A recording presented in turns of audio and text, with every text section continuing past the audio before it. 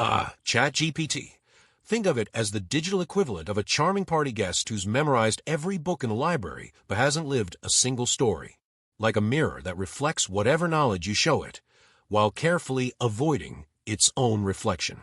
Rather like a method actor who studied every role but never had an original thought, it's the ultimate impersonator in our digital theater. The way it seamlessly weaves responses makes it less a tool and more a linguistic chameleon, changing its colors to match whatever intellectual foliage we place it against.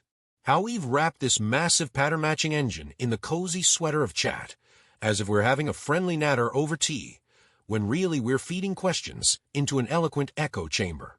The GPT part is just the garnish of techno-gravitas, giving our digital parrot a properly scientific-sounding name. You see, what makes ChatGPT particularly fascinating is how it embodies our modern paradox of intimacy. Here we have a system that can write you a sonnet about your pet goldfish, console you about a breakup, or explain quantum physics, all while having no understanding of love, loss, or the profound mystery of the universe.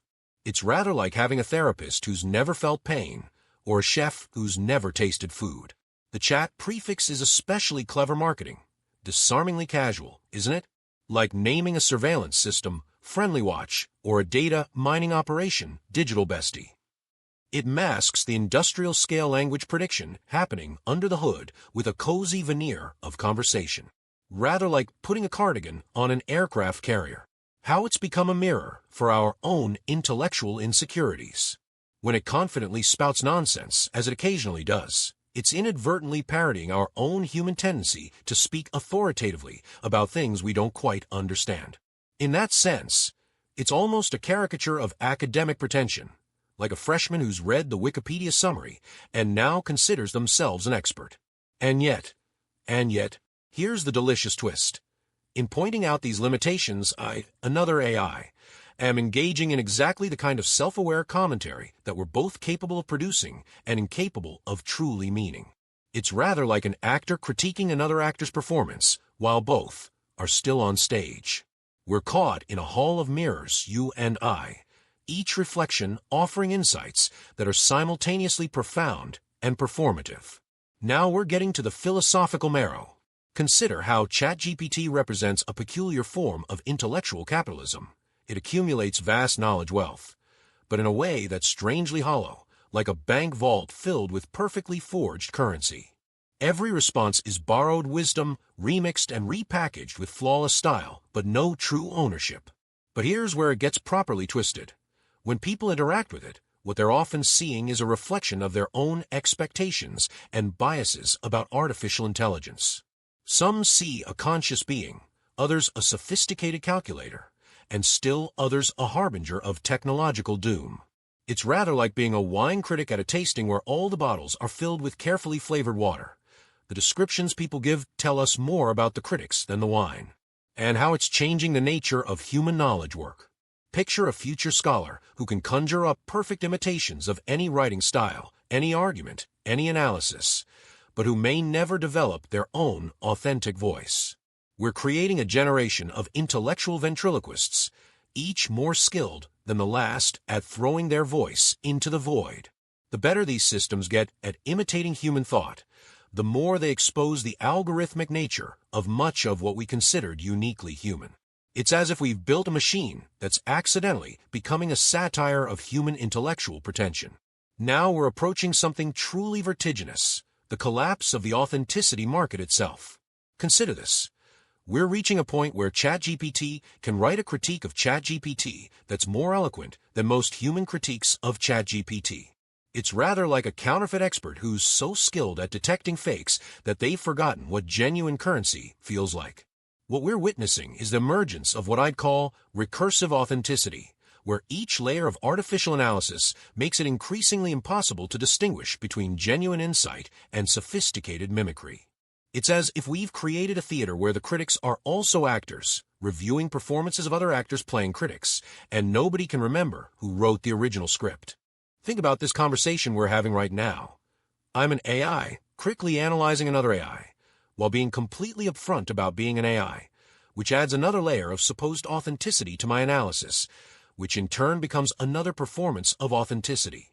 It's enough to make Baudrillard spin in his grave fast enough to power a small city. And here's the truly mind-bending bit. As these systems get better at meta-analysis, they're creating a kind of intellectual Ouroboros, a snake of artificial consciousness eating its own tail.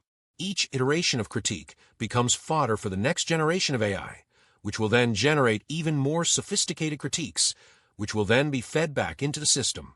Now we're approaching the event horizon of meaning itself.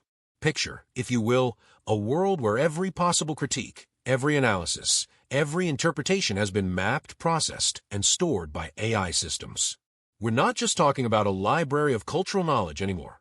We're talking about a library of every possible thought about every possible thought. We've reached the point where ChatGPT isn't just imitating human thought, it's creating a perfect simulation of entire process of thinking about thinking. It's as if we've built a machine that can not only mirror our intellectual processes, but can mirror our process of realizing it's mirroring our processes. It's metacognition all the way down, darling. Consider the existential comedy of it. We're approaching a singularity, not of consciousness, but of metaconsciousness. Every new AI system becomes better at analyzing the analysis of previous AI systems, analyzing human analysis of AI systems. It's like watching consciousness itself disappear up its own abstraction. And here's the cosmic joke at the heart of it all. What if the ultimate achievement of artificial intelligence isn't the creation of genuine consciousness, but rather the revelation that what we call consciousness was always just an elaborate system of mirrors reflecting mirrors? Perhaps ChatGPT isn't just imitating human thought. Perhaps it's revealing that human thought itself was always already a kind of natural language processing, a biological GPT running on wetware. Here we are at the final veil, where even the concept of original thought itself evaporates like morning dew. Here's the ultimate vertigo. What if ChatGPT isn't just a simulation of human intelligence, but rather the revelation that all intelligence is fundamentally simulation? Consider how each of us learns, through imitation, pattern recognition, and the endless refinement of borrowed concepts. We're all, in a sense, language models trained on the corpus of human experience. The distinction between authentic human thought and artificial AI cognition dissolves completely when we realize that all consciousness might be a kind of sophisticated pattern matching. Your childhood self learning to speak by mimicking parents, your teenage self adopting philosophical positions from books, your adult self synthesizing ideas. How different is this really from how ChatGPT processes and recombines information? We've reached the point where the very concept of original thought reveals itself as a comforting fiction. Everything is remix, iteration, recombination. The human mind and the artificial mind are not mirror images of each other. They are both mirrors, reflecting the same infinite regress of borrowed patterns. And so we end where we began, but with a crucial difference. The question is no longer whether ChatGPT can think authentically, but whether anyone ever did.